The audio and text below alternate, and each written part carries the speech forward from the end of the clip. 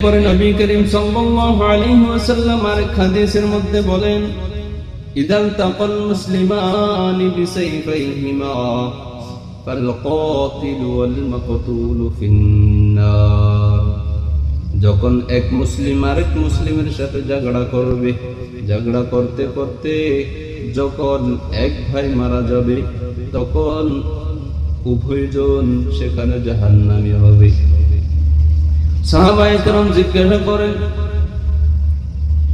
কাতিল অর্থাৎ যে হত্যা করলো তার ব্যাপারে তো আমরা বুঝলাম, কিন্তু যে হত্যা হয়ে গেছে, যে মারা গেল, তার ব্যাপারে তো আমরা বুঝলাম না।